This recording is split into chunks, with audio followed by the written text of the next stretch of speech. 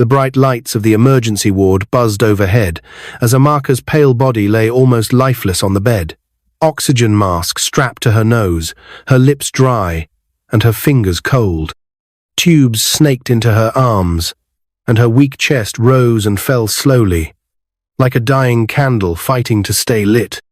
Mimi and Mara, both just 12 years old, stood on either side of their mother, holding her hands tightly. Their worn-out gowns were stained with dust and tears, their feet bare and their hair unkempt. Their mother, the only person they had left, was dying.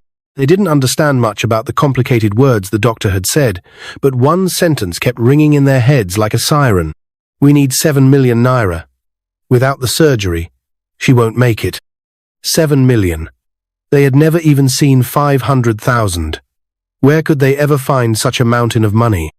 Mimi looked into her mother's sunken eyes and whispered through her tears, "Please, just hold on a little longer, Mummy. Please." Mara squeezed her mother's hand. "We'll find help. God will send someone. Just don't leave us. We don't have anybody else." Amaka managed a faint, heartbreaking smile. She didn't have the strength to speak. The doctor, shaking his head, walked away. Time was running out. The twins stepped out of the ward, their eyes swollen from crying. They didn't know where to go or what to do, but they prayed, silently. They needed a miracle. Just as they reached the hospital entrance, something caught their eyes. A sleek black Rolls-Royce Phantom pulled up. The driver stepped out and opened the door. A tall, dark-skinned man in his mid-40s, wearing a clean white lab coat. Around his neck hung a stethoscope that shimmered under the bright hospital lights. His shoes were polished, his hair neatly trimmed. He carried himself with quiet confidence. The name on his ID badge read, Dr. Maxwell Ikenna, Chief Medical Director. He barely took 3 steps before the twins dropped to their knees right there at the hospital entrance. "Please, sir," Mimi cried, her voice cracking. "Help us. Our mummy is dying. We don't have money. Please, help us." Mara joined in, tears pouring down her face. "She's all we have. Please, sir, please, save her." People nearby turned to watch. Nurses paused. Security guards stared in silence. But Maxwell stood frozen. He slowly looked down at the girls, at their small trembling fingers clasped in prayer. And that's when he saw it. The birthmarks. Identical shapes, curved like crescent moons, resting just below their thumbs. His heartbeat skipped. His hands trembled. He leaned forward, examining the marks closely. There was no mistake. He had seen this mark before. On a night, 13 years ago, at a wild party on Banana Island, a woman named Amaka. And just like that, the past came crashing down. He cleared his throat and gently said, "Get up. Take me to her." The twins, confused but hopeful, led him down the hallway, their tiny hands pulling his. When they entered the ward, he froze again. There she was, pale, weak, fading. But her face was unforgettable. 13 years ago, after that brief night, she had vanished. No name, no number. He searched, but never found her. He had eventually assumed she was just a dream, but here she was, dying. And the twins, were they? Maxwell's throat dried. He turned to the nurse beside him. "Prep the ore. Now. She's going in for surgery. I'm covering all expenses." The nurse blinked. "But, sir, now," he ordered. The nurse rushed out. Mimi and Mara fell to the floor, sobbing with gratitude. "Thank you, sir. Thank you." Maxwell barely heard them. His eyes were glued to Amaka's face. He whispered under his breath, "God, what have I done?" But the truth had only begun to unravel. The answers, the secrets, and the pain yet to come were buried deeper than anyone could have imagined. The cold, bright light of the operating theater buzzed steadily as Amaka was wheeled in, her frail body barely holding on. Maxwell stood still outside the glass window, watching his surgeons move fast, his mind not on the operation, but on her, Amaka. He hadn't heard that name in 13 years, yet the moment he saw her face, The memories hit him like a train. He was a rising medical star then, handsome, wild, living on the edge. That night, he had attended a party hosted by one of his billionaire friends. It was crowded with lights, music, and flowing champagne. Amidst it all, she stood out. Her skin glowed like caramel under the party lights, and her laugh had a way of echoing in his soul.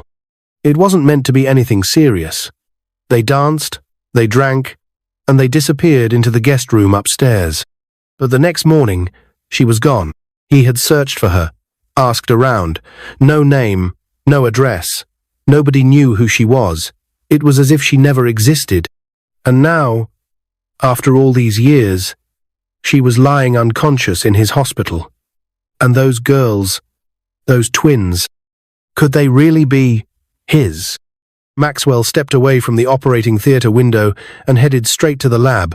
He didn't tell anyone. He only needed one thing, the truth. He called for the twins to come in. "Don't be scared," he said, trying to sound calm. "I want to run a check on you two. Just basic health tests to make sure you're okay. I also want to give you vitamins and clothes. You need to be strong to take care of your mum." Mimi and Mara nodded innocently. They had no idea what this man was really doing. He took their blood samples and left them in the care of the nurses. Hours later, the surgery was completed. Amaka survived. Barely. But she was stable. Alive. That night, Maxwell sat alone in his office staring at the DNA results. Positive. 100%. No room for error. He was their father.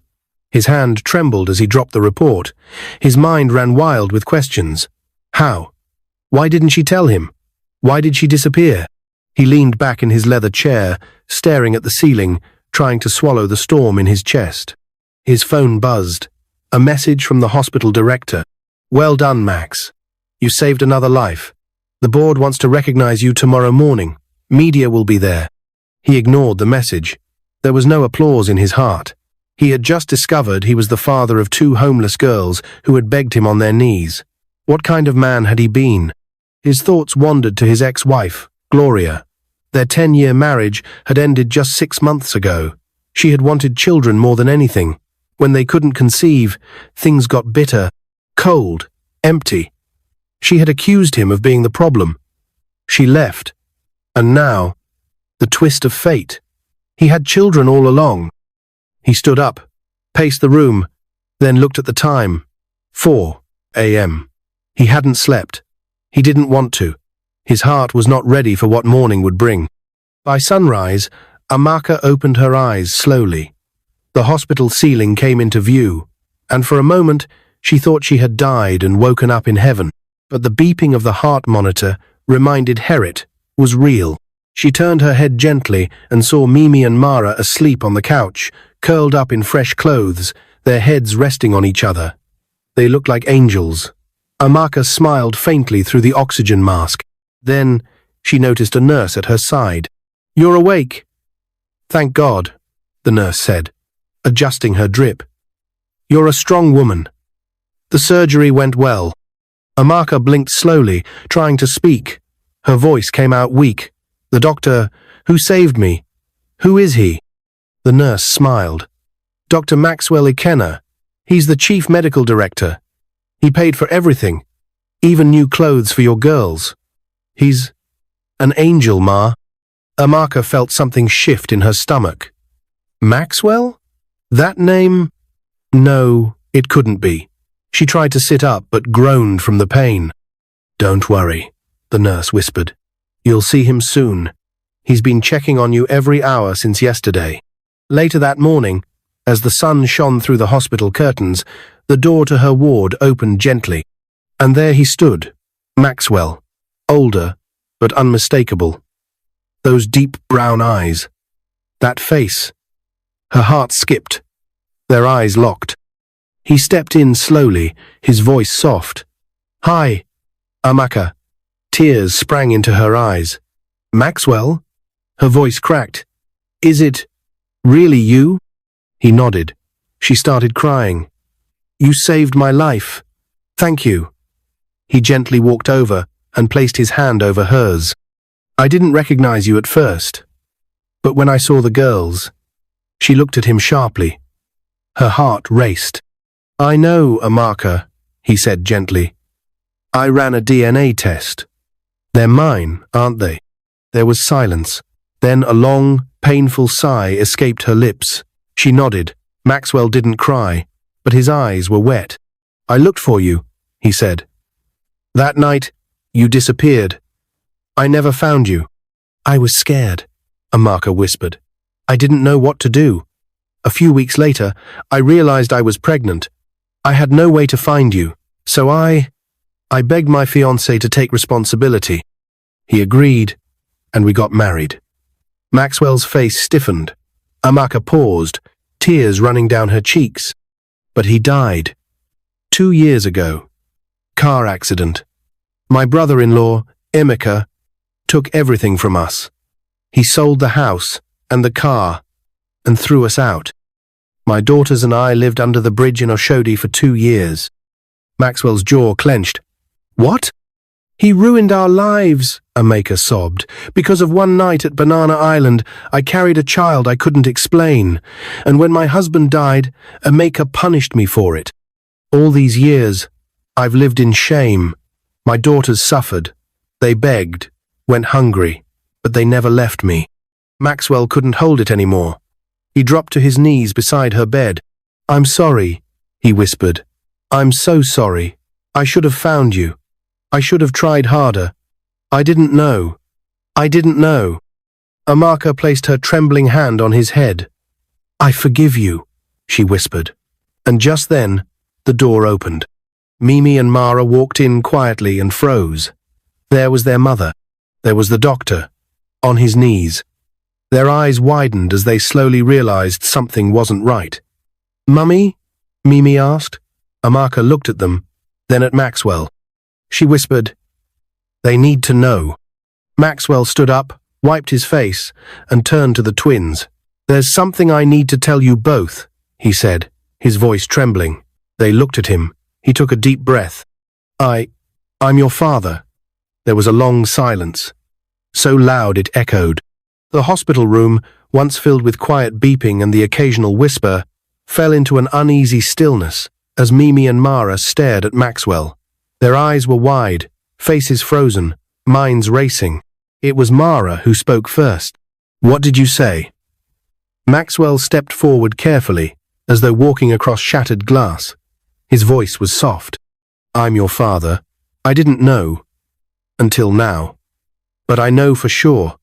I ran a DNA test. You are my daughters. Mimi's hands dropped to her side.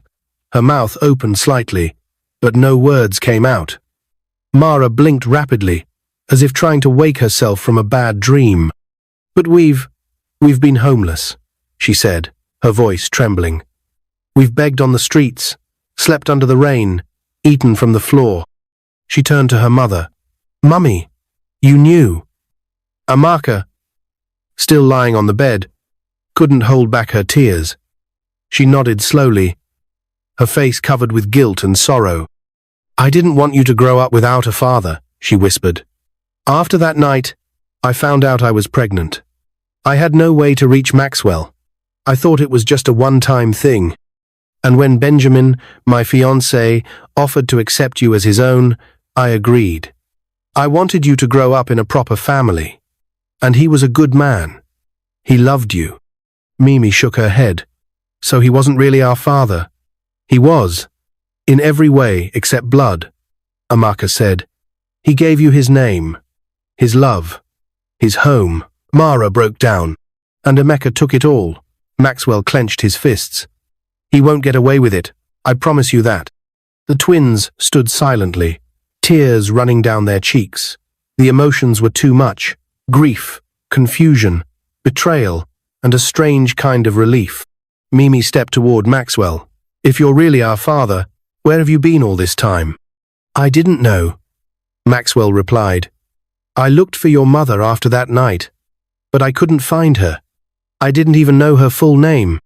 When I saw you both begging outside the hospital, I saw the birthmarks. The same one I have. I couldn't ignore it. He turned his hand to show the faint crescent-shaped birthmark on his wrist, identical to the ones on Mimi and Mara's hands. "I just knew," he said. "And when I saw your mother, I remembered everything." Mara looked up at him, her voice shaking. "You didn't mean to leave us?" "Never," he said. "If I had known, if I had even suspected, things would have been different." There was a long pause. Then Mimi stepped forward and slowly reached for Maxwell's hand. He took it gently. "Okay," she whispered. Maxwell blinked. "Okay?" Mimi nodded. "You didn't know, but now you do, and you saved Mummy." Mara walked over and joined them, placing her small hand on top of theirs. "We just want a family again," she said, her eyes full of pain but also hope. Maxwell couldn't stop the tears this time. He pulled them both into his arms, hugging them tightly. His daughters, his blood. They stayed that way for a long time. The following week, Amaka was discharged from the hospital, but instead of returning under the bridge, she was taken to Maxwell's mansion in Ikoyi. The twins could hardly believe their eyes. The house was massive, 3 floors, marble tiles, a sparkling chandelier in the foyer, a grand piano near the staircase, and a living room that looked like a 5-star hotel. Their bedroom was bigger than the entire space they used to sleep under the bridge. It had twin beds with soft white sheets, curtains that danced in the wind, and a walk-in closet with clothes neatly arranged. Their faces lit up for the first time in years. Amaka, wearing a fresh peach-colored gown, stood on the balcony and looked at the clear skies above. Her skin had begun to glow again, and her cheeks slowly filled out. She was healing, not just from the surgery, but from years of pain. Maxwell was in his study, sitting in silence, holding the DNA results once more. It felt surreal. He was a father, and not just any father. He had missed 12 years of his daughters' lives. He had no idea how to make up for that. Just then, there was a knock. "Come in," he said. It was Amaka. She stepped in slowly. Her hands were folded in front of her. Her eyes avoided his. "You wanted to see me?" Maxwell stood and gestured to the couch. "Yes. Please, sit." She did. He sat across from her, took a deep breath, and handed her the DNA result. "I thought it was better to show you than just say it again." She took the paper, looked at it, and nodded. "I already knew in my heart. I saw it in your eyes and in theirs." There was a pause. "I'm sorry," she said softly, "for not telling you, for letting them grow up the way they did." Maxwell leaned forward. "You don't owe me an apology, Amaka. If anything, I owe you everything. You raised them, you suffered, and you still protected them with every ounce of strength you had left." She looked up at him. Their eyes met. "There's more," she said, her voice cracking. "Amaka, he caused Benjamin's accident." Maxwell stiffened. "What?" "He confessed it to me before throwing us out. He used something juju. He hated Benjamin for protecting me, said I was cursed, that I deserved to suffer." Maxwell's hands balled into fists. "He killed your husband, stole your home, and left my daughters to rot under a bridge." She nodded slowly. Maxwell stood up and walked to the window, breathing hard. "We're going to the police. He will face the law." Amaka didn't say anything. She simply nodded. "And Amaka," Maxwell turned to her, "I want you and the girls to stay here. Forever." She looked at him, confused. "What do you mean?" "I mean, I want to take care of you all, not just for what happened, but because I want to. I missed 12 years. I can't get that back. But I can give you everything I have left." Amaka looked down at her fingers. "What about your wife?" she asked. "She left. We couldn't have children. She blamed me." Silence. Then Amaka looked at him. "What now?" Maxwell smiled gently. "Now, we heal." That evening, as the sun set behind the mansion, Mimi and Mara stood on the balcony, dressed in new nightgowns, brushing their hair. Mara looked at her sister. "Do you think things will stay like this?" Mimi looked at the glowing city skyline. "I don't know, but for the first time, I feel like maybe, just maybe, we've found home." Mara nodded slowly. "I hope so." They hugged each other as the lights of Lagos shimmered around them.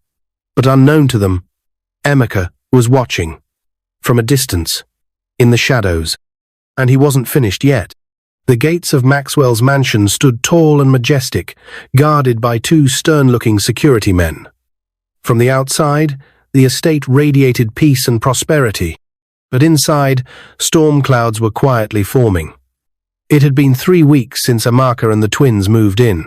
The mansion had come alive again. Laughter echoed down its hallways. Mimi and Mara wore school uniforms again, navy, blue and white with polished black shoes. They had been enrolled in one of the best private schools in Lagos. Their first day, they stood shyly by the classroom door, clutching their books like strangers, until the teacher introduced them. "These are Mimi and Mara Maxwell," it said with a smile. "Let's welcome them." It still felt strange to hear their new last name, Maxwell, but it warmed their hearts every time. Amaka had started to glow again. Her caramel skin, once dulled by suffering, had regained its brilliance. She walked with more confidence now, often seen sitting by the garden or helping the house staff prepare meals. Life was slowly becoming a dream they never thought possible. Maxwell watched it all quietly. He couldn't stop thinking about how close he came to losing everything he never knew he had. He was still adjusting to being a father, but every time Mara slipped her hand into his, or Mimi called him Daddy, his heart melted. And then there was Amaka. He hadn't rushed her. They were both healing. But he knew deep down that he still loved her, and part of him always had. That's why, one evening, after dinner, he invited her to his study. She walked in, wearing a soft lavender gown, her hair packed neatly in a bun. Her beauty was calm, graceful, and unforgettable. "You wanted to see me?" she asked, standing at the doorway. Maxwell smiled. "Please, come in." He gestured to the seat across from him. She sat slowly, unsure of what was coming. He took a breath and pulled out a white envelope. "I've filed a case against Amaka." Amaka looked up sharply. "I hired private investigators," Maxwell continued. "They gathered evidence, including recorded confessions from people he's threatened and those he tricked into selling your husband's house and car. Everything's documented. He'll be arrested soon." Amaka covered her mouth, eyes brimming with tears. "Thank you. I never thought justice would come." Maxwell stood up and walked around to her side. "You and the girls deserve peace. Benjamin deserves peace too." She nodded slowly, her voice shaking. "He was a good man. He raised my daughters like his own. I never forgot that." Maxwell looked at her. "I know. And I'll honor him by making sure you're protected for the rest of your life." Their eyes met. Amaka looked down quickly, but before she could speak, there was a knock at the door. It was one of the guards, breathless. "Sir, sorry to disturb. There's a situation. Police just arrested a man outside the estate. Says his name is Amaka." Maxwell's eyes narrowed. "Bring him to the main hall." Minutes later, the mansion's living room turned tense. Amaka stood with Mimi and Mara behind her, holding their hands. Maxwell stood in front, tall and composed. Amaka was dragged in by 2 officers. His once shiny clothes were dusty, his eyes bloodshot, but he was still smiling. "Amaka, my sweet sister-in-law," he sneered. "You think you've won?" Maxwell stepped forward. "You destroyed her life. You killed her husband." Amaka laughed darkly. "So what? He was weak. I did what no one else had the guts to do. She was carrying another man's child. How was that fair?" Mimi and Mara gasped. Amaka turned to them, his voice venomous. "That's right. Your precious mummy slept with this rich doctor and carried his twins while Benjamin was preparing their wedding." "Enough," Maxwell roared. He turned to the officers. "Get him out of here." The girls clung to their mother, confused and shaken. As Amaka was dragged out, he screamed, "You'll never erase me. The past always returns." The door slammed behind him, and silence filled the room. Amaka turned to the girls. "Please, let's go upstairs." They didn't argue. Their hearts were heavy, too young to understand the weight of those words. But they obeyed. That night, Amaka sat alone in the garden. The moon cast a silver glow over the flowers, and a soft breeze blew through the trees. Maxwell joined her, bringing 2 cups of warm tea. She smiled weakly. "Thank you. He sat beside her. I know that was hard for them. They're just children, she said, but they're stronger than I ever was. Maxwell placed his hand over hers. So are you, Amaka. You survived what many wouldn't. And now, it's your time to live. She looked at him with tired but hopeful eyes. I never stopped thinking about you, he said quietly. Even when I didn't know your name, your face stayed with me. She turned to him, surprised. Why are you telling me this now? Because I don't want to waste any more time. He reached into his coat pocket and pulled out a small black box. Amaka gasped softly. He opened it. Inside was a simple gold ring, shining under the moonlight. I know it's sudden, he said, but I've lost too much already. I want to build something new, with you, with our daughters. Will you marry me? Tears welled in Amaka's eyes. Maxwell, Just then, they heard soft giggles behind them. Mimi and Mara peeked, hands over their mouths. Maxwell turned to them. Are you two spying on us? They rushed out, laughing. We heard everything. Say yes, Mummy, Mara shouted. Please say yes, Mimi begged. Amaka looked from the girls to Maxwell. Her heart swelled. She turned to the man who had given her back her life and said the words her daughters had waited to hear. Yes. The girls screamed and hugged them both. Maxwell kissed her forehead, whispering, Thank you for giving me a second chance. A month later, the wedding was held in a grand hall in Victoria Island, attended by family, friends, and dignitaries. Amaka walked down the aisle in a flowing white gown, her daughters in matching peach dresses by her side, singing softly. Maxwell stood waiting, tears in his eyes. It was a wedding built not from luxury, but from years of pain, healing, and the love that refused to die. But as the music played and the crowd clapped, someone else stood in the shadows outside the gate, watching, plotting. Amaka's past was buried, but some things never stay dead forever. The sun poured softly through the tall glass windows of the mansion's breakfast room, casting a golden hue on everything it touched. The scent of pancakes, fried plantain, and scrambled eggs danced through the air. It had been exactly 1 year since Amaka and Maxwell's wedding. 1 full year of healing, laughter, and new beginnings. A small cry echoed from the baby monitor beside Amaka. She smiled, setting down her cup of tea. Dressed in a soft blue robe, she walked quietly to the nursery. Inside, her baby boy, chubby, healthy, and glowing like the morning sun, wiggled in his crib. Just after 1 year, she was blessed with a baby boy. Good morning, my prince, she whispered, scooping him into her arms. You look just like your father. As she walked back into the hallway, she paused by the wall of family portraits. There was one of their wedding day, Maxwell holding her hand as Mimi and Mara stood proudly by their sides, flower crowns on their heads. And now, right below it, was a new frame. Their graduation photo. Mimi and Mara, now 23, dressed in black academic robes, stood with wide smiles, clutching their certificates from the University of Lagos. Dr. Mimi and Dr. Mara Maxwell had graduated top of their class, both becoming medical doctors like their father. That convocation day had been magical. Maxwell and Amaka had sat in the audience with tears streaming down their cheeks, watching the same girls who once begged at Oshodi Underbridge walk across the stage as shining stars. Life had rewritten their story, and yet, something still remained undone. Justice. Amaka sat across from Maxwell later that evening, her tone firm but calm. He hasn't paid for what he did. Not truly. Maxwell nodded. I know. Amaka had been arrested and sentenced to 20 years after a full investigation and a tearful testimony from Amaka. Witnesses came forward, revealing that Amaka had used diabolical means, paid a native doctor to eliminate Benjamin, and even forged documents to sell the house. Still, Amaka's heart hadn't found full peace. I just wish Benjamin could see this day, she said quietly. He sees, Maxwell said, reaching for her hand. Through them, through everything they've become. There was a moment of stillness, and then the door burst open. Mum, Dad, Mara's voice rang out with excitement. You won't believe who I met today at the medical conference. Mimi trailed behind, laughing. You're not even giving them time to breathe, Mara. Maxwell smiled. Who did you meet?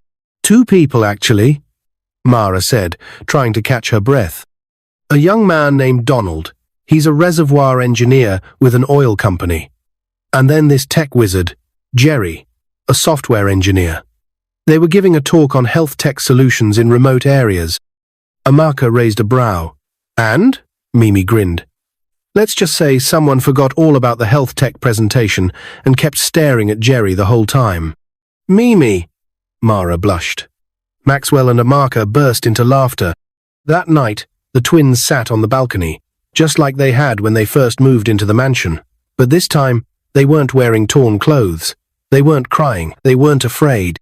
Mimi sipped orange juice and said, Do you ever think about the underbridge? Mara nodded. Sometimes. I think it made us who we are.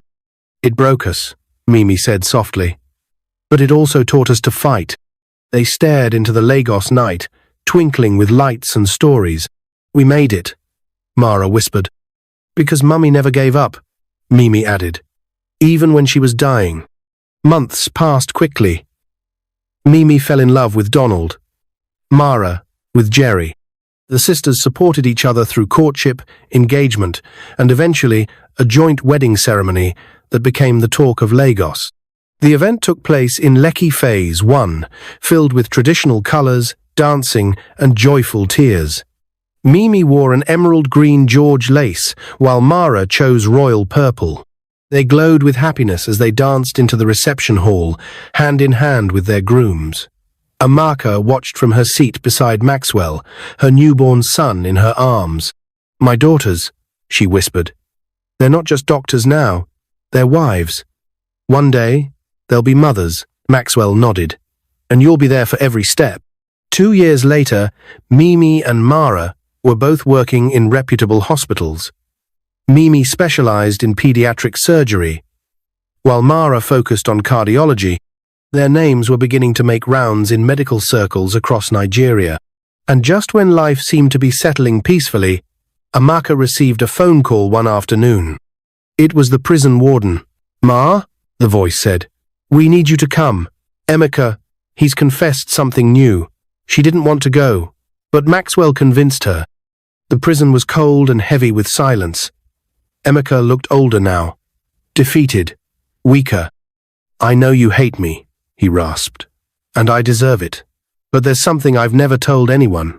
Amaka folded her arms. Benjamin, your late husband. Before he died, he left behind a small plot of land in Abbey Estate. He wanted to build a clinic there for orphans. He told me about it a day before the accident. Amaka stiffened. I buried the documents. Behind the compound. I never told anyone. But I saw what your daughters became. And maybe, that's my punishment. Tears fell down his cheek, but Amaka felt none. She stood. Thank you, but you'll carry your punishment alone. Weeks later, Maxwell's legal team recovered the documents. The land still existed, untouched. And in memory of Benjamin, they built the Dr. Benjamin Care Foundation Clinic, a facility offering free care to underprivileged children. Mimi and Mara both worked there part-time, and on the day of its grand opening, Amaka stood under the Nigerian sun, watching a new generation of children run and laugh and get free treatment. She turned to Maxwell and whispered, Now, I have peace. He wrapped his arms around her. You've earned it. The story of the Underbridge twins would go on to be shared across Nigeria, on TV, in newspapers, and, eventually, in a book written by Dr. Mara herself titled From Under the Bridge to the Operating Room. It became a bestseller, and every time they were invited to speak at conferences or schools, they would begin the same way. We were once homeless, hungry, forgotten, but now we're doctors, daughters, wives, all because one man stopped to look twice and remembered a face from the past. Mimi and Mara were eventually blessed with beautiful daughters of their own. The cycle of suffering had been broken, and one sunny afternoon, Amaka sat on the front porch of the mansion, her grandchildren playing around her, her husband beside her, and said quietly to herself, "This is the life I never dreamed of, but the one God gave me." What is your view about this story? Where are you watching from? If you enjoy this story, comment, share, and subscribe to our channel for more interesting stories.